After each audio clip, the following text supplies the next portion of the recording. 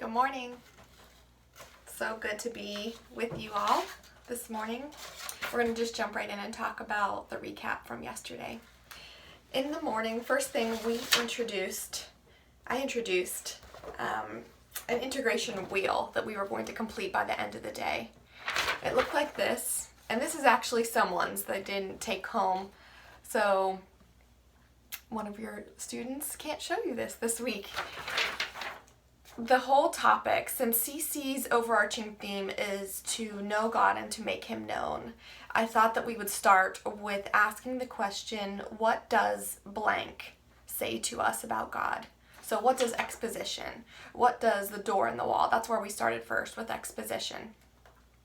So, you may use this as a tool for a conversation that your student might be able to discuss with you their perspective on yesterday. And I'll refer to that again.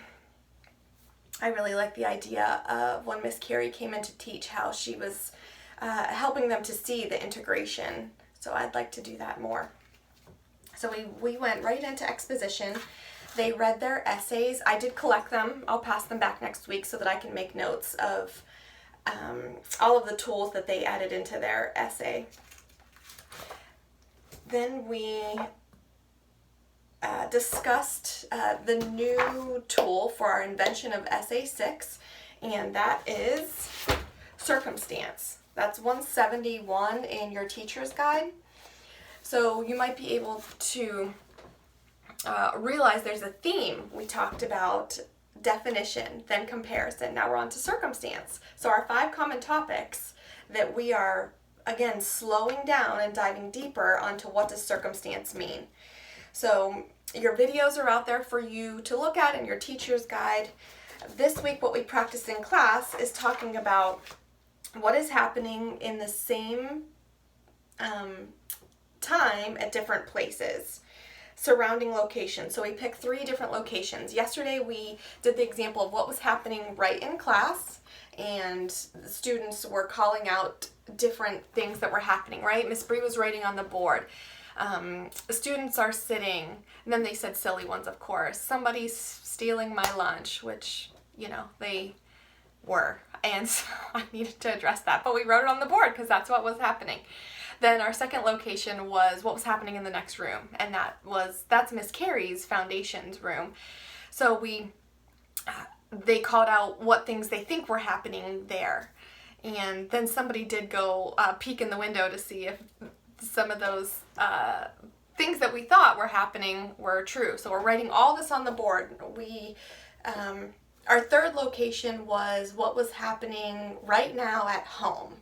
So some said, nothing, my house is quiet, but we wrote it on the board, right? Nothing is still an answer. We wrote it on the board. Some said, oh, mom's teaching my sisters. And some said, insanity. It's going to be crazy at my house right now. I'm just trying to get them to write all of their thoughts. They have all these thoughts. Again, we're getting them the tools to write them down. So then we we probably wrote, I think we count about 25 of circumstance bullet points that we came up with. And so I told them this week what would be helpful is to go through all of their invention tools. What can they do Monday? Can they go back in and look at definition, then comparison, then maybe Wednesday do their circumstance. Thursday, can they go through all of their notes and then move them to the A or N chart for their Annie chart this week? Annie chart, a reminder that it is no sentence form. These are just bullet points. We're generating our ideas this week, and they should be, as they learn these tools, be able to come up with more things to write. So if you see that they are just hitting a roadblock, try writing it for them. You ask the questions, and they can verbally say it out loud, and you write it down for them. Don't let that be a block or a hinder if sometimes when they have a pencil in their hand and they just feel like it's a blank. They have all these thoughts. Remember, we're trying to practice writing them on paper so they can see, oh wow, I really do have all these thoughts. So then we discussed the circumstance briefly of our book. What are 3 locations we could choose for the door and the wall? And we talked about Robin's chamber was location 1, so we came up with ideas for everything that we could come up with that was happening in his chamber. The next one was the monastery. What was happening at that same time in the monastery? And then third was at war. We know that Robin's father was a knight and he had to be at war. So talking about the same exact time but different locations. And then we filter those ideas we've come up with through our thesis. How does this pertain to our thesis? Some might stay in the interesting column, but the hopes would be that they would be able to move some to the A or the N. And this is where the students get to decide for themselves, right? Their opinion on what's affirmative or negative.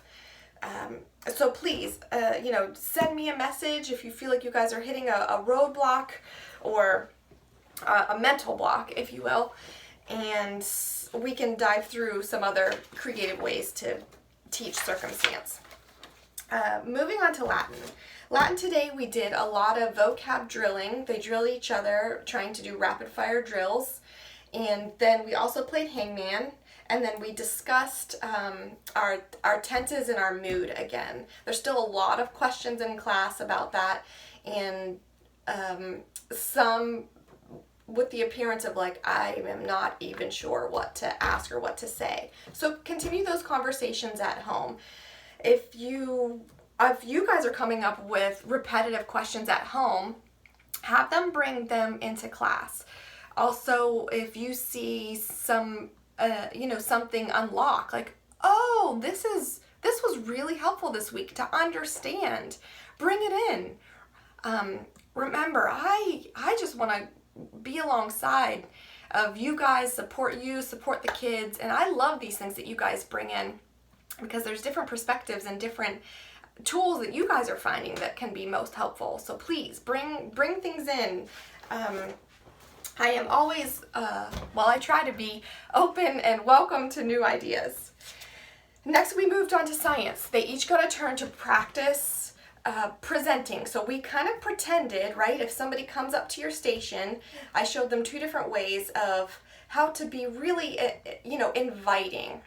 And I said, some of you might feel uncomfortable in this, right? Some of you, it's totally normal to have nerves and feel like you're stumbling over your words. I do it all the time. I've probably done it 15 times since I started this video with you. But I wanted to show them that shouldn't stop us, right? We can always pause, collect our thoughts, look at our board for inspiration or for where we want to guide the conversation. And we did peer review, so they each got notes on what they did well and what they could work on this week at home. And I will send those to you each individually sometime before Monday, so you guys can work on them this week.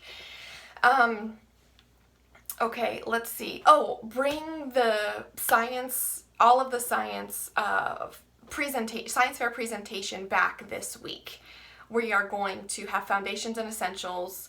We're going to invite them in during our recess period and practice presenting and practice talking about our science fair projects this week. So bring all their materials back in. We did not get to dive into respiratory system. So that's something they are supposed to be starting this week at home. So 136 is in your guide. I did tell the students that they will be starting this and their teachers will be helping to guide how do we approach this. And, in your guide it does describe, defining the terms. Make sure to encourage them that we should be looking at least 2 sources, right, for defining, right? If we're just Googling, what's the definition of a nasal passage? That's fine, but let's look at 2 different sources. And, you be the guide on that. And then drawing. They're supposed to be drawing from memory. So do you start with just tracing on Monday? The next day, are they drawing free-handed? You guys work together on what works best for your student. And so we will practice that in class next week. Okay, let's see. Cartography. Cartography, we took a break from sketching, from drawing. Elena presented on origami. She led us through instructions with how to make a little fox, and the kids all really enjoyed this. They really liked working with their hands, so I appreciate the fact that we didn't stop using our hands, but instead we used a different way of creativity to talk about some cultures in Asia, diving a little bit deeper in Japan customs. And then we also talked about, yes, customs in Japan, and I emphasized that I am not an expert in Japanese customs, but these are things that I found interesting as I was diving in.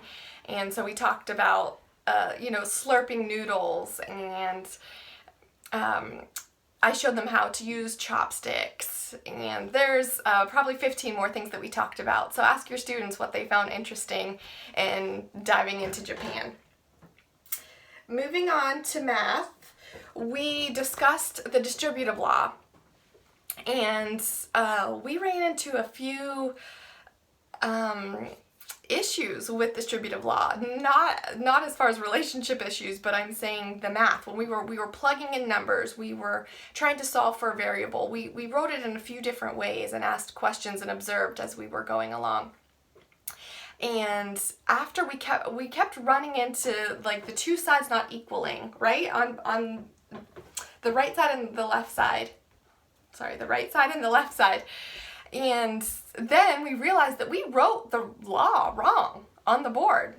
And so then we had to talk through like, wow, well, what did we encounter when we were writing the law wrong? Why is it so important to, check two sources as we wrote the law before we even decided to dive into manipulating the numbers? And so that was a cool mistake, if you will. And we were able to talk about that. And where do we use the distributive law? Where do we see it? And there was a lot of silence when I asked them, where would this be helpful to use? So that might be something you guys talk at home. And I'd love to hear how your conversations go. And then we played a game. They're the hidden ghost game that they love. We had about 10 minutes left in math, so we did that. And then last was fallacy. We discussed genetic fallacy and tu quo key. That's a tricky one that I fumbled. Tu quo key. Genetic fallacy, we compared between ad hominem and genetic fallacy. So we were discussing they're both personal attacks. What makes them the same? What makes them different? And the tu quo key is Latin for you too.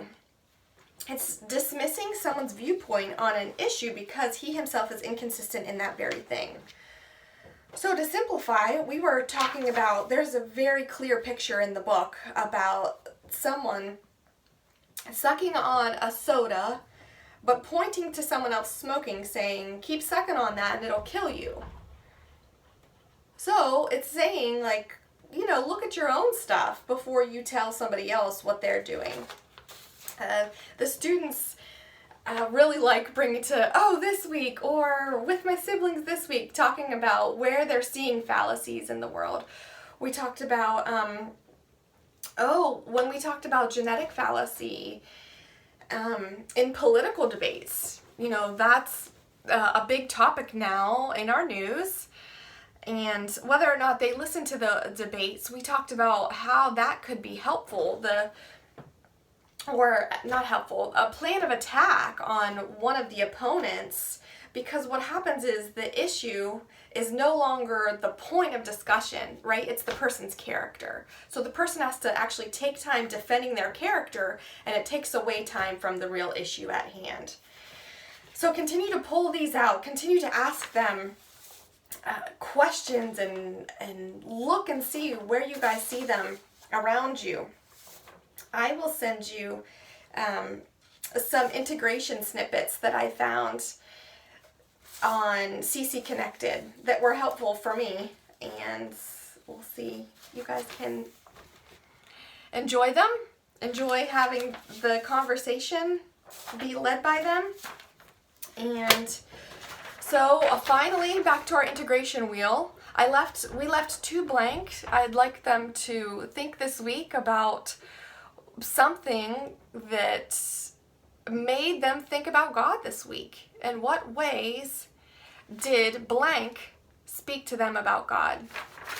And it could be anything, right? Anything they do. Is it a video game? Is it playing the guitar? Is it choir? Was it church? Like, there's, no matter what they come up with, God is so good to show us who He is in so many things.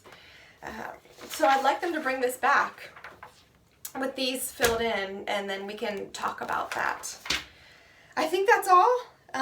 If I've missed anything, please ask me questions, and I will try to answer them as quickly as possible. And if I think of anything else, I'll also send you guys a separate email. All right, talk to you guys later. Have a wonderful weekend.